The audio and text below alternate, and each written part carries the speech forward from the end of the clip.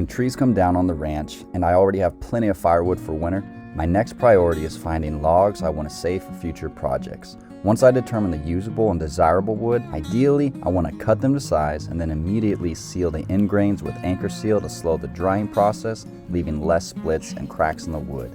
I then want to remove the bark so it doesn't house moisture and insects. For storage, I prefer a shaded or covered area protected from the sun and rain off the dirt where there's good airflow. So you need to dig a post hole.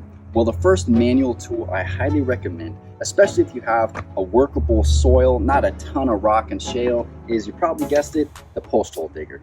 This is great because it eliminates so many of the other tools you would have to bring to the job, and it gives you a more precise dig.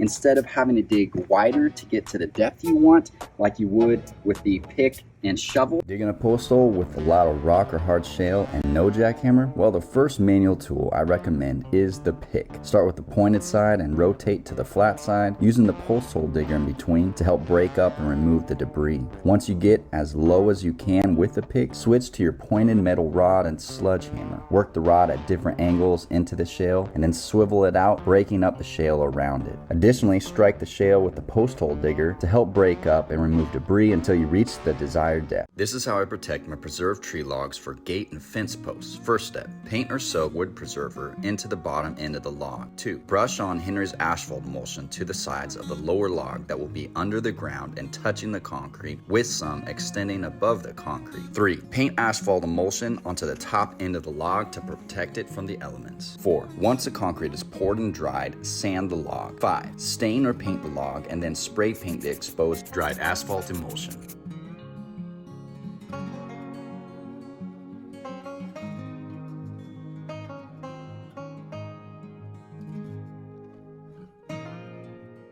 After post hole is dug and log prep, I like cementing most of my logs in. Ideally, compact 3 to 5 inches of crushed rock in the bottom of the hole for water drainage. Next, stabilize your log on top of the rock while you compact concrete around it for structural integrity while confirming the post stays plumb. Once the concrete is compacted to the top of the hole, I start compacting a mound of concrete at a decline from the log to the ground, helping to direct water away from the log. This is also the time you can form concrete to custom fit your gate or door. After concrete is dry, I spray paint or place rocks on the concrete to help blend it in.